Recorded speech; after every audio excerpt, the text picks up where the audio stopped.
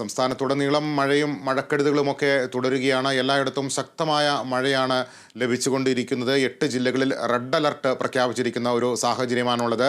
വയനാട് ദുരന്തത്തിൻ്റെ ഞെട്ടലിലാണ് നാട് ഇപ്പോഴുള്ളത്. ആ വിവരങ്ങളിലേക്ക് നമുക്ക് തിരിച്ചെത്താം. വയനാട്ടിൽ നിന്നുള്ള ഏറ്റവും പുതിയ വിവരങ്ങൾ അതുല്യ പങ്കുവയ്ക്കും. അതുല്യ. ലിബീഷ്, ഇപ്പോൾ ആശ്വാസത്തിൻ്റെ അല്ലെങ്കിൽ സഹായത്തിൻ്റെ ഒരു വാർത്തയെത്തുന്നത് വയനാടിന് സഹായവുമായി തമിഴ്നാട് എത്തിയിരിക്കുന്നു എന്നതാണ്. വയനാടിന് ദുരിതാശ്വാസ സഹായമായി 5 കോടി രൂപ തമിഴ്നാട് അനുവദിച്ചിട്ടുണ്ട്. തമിഴ്നാട് മുഖ്യമന്ത്രി MK സ്റ്റാലിനാണ് ഈ വിവരം അറിയിച്ചത്. Malayali IAS ഉദ്യോഗസ്ഥരായ doctor GS Sameeran, അതേപോലെ തന്നെ ടോം വർഗീസ് എന്നിവരുടെ നേതൃത്വത്തിലുള്ള ഒരു സംഘം ഈ ദുരിതാശ്വാസ പ്രവർത്തനങ്ങൾ, അതേപോലെ തന്നെ രക്ഷാപ്രവർത്തനങ്ങളെല്ലാം ഏകോപിപ്പിക്കാൻ വേണ്ടി വയനാട്ടിലേക്ക് ഉടൻ തിരിക്കും. ഈ തമിഴ്നാട്ടിൽ നിന്നുള്ള ഈ സംഘത്തിനൊപ്പം ആരോഗ്യ പ്രവർത്തകർ, അതുപോലെ തന്നെ രക്ഷാപ്രവർത്തകരും വിദഗ്ധ ഡോക്ടർമാരടക്കം ഉള്ളൊരു സംഘമാണ് തമിഴ്നാട്ടിൽ നിന്ന് ഇങ്ങോട്ട് തിരിക്കുക. ആരോഗ്യ പ്രവർത്തകരും ഒരു മെഡിക്കൽ സംഘവും, ഫുള്ളി എക്യുപ്ഡ് ആയ ഒരു മെഡിക്കൽ സംഘവും തമിഴ്നാട്ടിൽ നിന്ന് വയനാട്ടിലേക്ക് എത്തുമെന്നാണ് അറിയിച്ചിട്ടുള്ളത്.